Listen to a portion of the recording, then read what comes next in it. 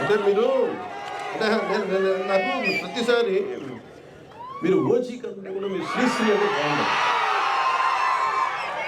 అంటే నేను అనేది మీరు సినిమా చూడటం కరెక్టే, మరి నేను మీకు ప్రాణం అయితే నాకు పుస్తకాలు నాకు ప్రాణం ఉంది.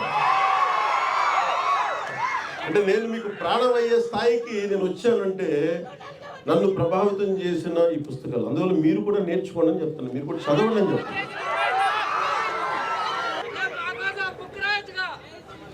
అంత జ్ఞానం ఉండి వాడికి నేను నా దగ్గర అర్థం చేసుకునే శక్తి ఉంది కానీ రాసేంత శక్తి లేదు. ఏదో స్పీచెస్ రాసుకోగలను, లేదంటే నా జర్నల్స్ రాసుకోగలను, కానీ ఒక పుస్తకం రాయాలంటే చాలా జీవితం చూడాలి.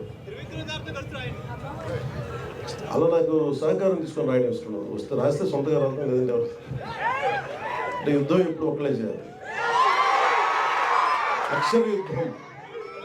అక్షర యుద్ధం ఒక్కళ్ళ ఆలోచించే మదనం అక్కడి నుంచే రావాలి. భవిష్యత్తు మొత్తం భగవంతుడు మనకి విధి కనుక మనకు ఆశిస్తే మనం ఆ రోజు రాదు చూడు.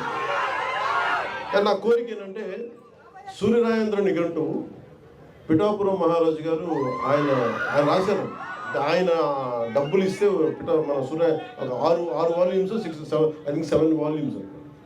సో సూర్యరాయేంద్ర నిఘంటుని తిరిగి పునర్ముద్రణ జరగాలని చాలా సంవత్సరాలుగా ప్రయత్నం చేస్తాం. మనోహర్ నాయుడు గారికి కూడా తెలుసు. దానికి కొంత డబ్బు ఇద్దామంటే ఏమైపోయింది, మళ్ళీ కూర్చొని కొత్త దాని ఎడిటోరియల్ టీం రావాలి, చాలామంది భాషా శాస్త్రవేత్తలు కావాలి. అందుకని వాటిని ఏం చేస్తున్నామంటే ఇప్పుడు మొన్న గౌరవ ముఖ్యమంత్రి చంద్రబాబు నాయుడు గారి దృష్టికి కూడా తీసుకెళ్ళాం మొన్న దీంట్లో. సో ఈరోజు మన ఏదో మాట్లాడుతున్న దాదాపు 1,40,00,000 1,70,00,000 దాకా అవుతుందని చెప్తా ఉన్నారు చేయడానికి. సో నేను అనుకుంటుంది, నేను ఒక 3వ వంతు నేను భరిస్తాను. అలాగే కేంద్ర ప్రభుత్వం రాష్ట్ర ప్రభుత్వం సహకారం తీసుకొని, అంటే సూర్యరాయేంద్ర నిఘంటు ఎందుకు అవసరం అనడానికి ఇందాక నేను మిస్ అయిపోయింది మాల్కమ్ ఎక్స్ది. అంటే అతను డిక్షనరీ చదివి మహాజ్ఞాని అయిపోయాడు, మా గొప్ప వక్త అయిపోయాడు, సివిల్ రైట్స్ లీడర్ అయిపోయాడు. అట్లాగా డిక్షనరీ చాలా చాలా కీలకం. సో డిక్షనరీస్ మీరు చదవండి. ఎందుకంటే మీకు నేను ఇవ్వగలిగేది నిజంగా మన చేతిని చాలాసార్లు అనుకుంటాను, నా పిల్లలకు కూడా ఇదే చెప్తాను, రీడింగ్ మీరు ఒక అలవాటు చేసుకోండి. పుస్తక పఠనం అనేది నెక్స్ట్ జనరేషన్కి కానీ ఈ జనరేషన్కి కానీ. ఎంతసేపు టీవీలు చూస్తాం, ఎంతసేపు ట్విట్టర్ మీద ఉంటాం, ఎంతసేపు సోషల్ మీడియా చూస్తాం. నిజంగా కనుక మన పుస్తకాలు చదివితే మనకు వచ్చే జ్ఞానం వేరు, పోరాటం చేసే శక్తి వేరు ఉంటుంది. నేను చాలాసార్లు కుంగిపోయినప్పుడు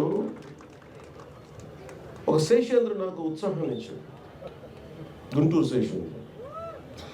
అలాగే నాకు తిరుగుబాటు చేయాలి, గతి మనకు దారి తెన్ను లేదు, కానీ చీకట్లో ఒక దీపంలా కనిపిస్తుంది అనేది నాకు చెప్పడానికి నాకు దేవరకొండ బాలగంగాధర తిలక్ నాకు దారి చూపించాడు.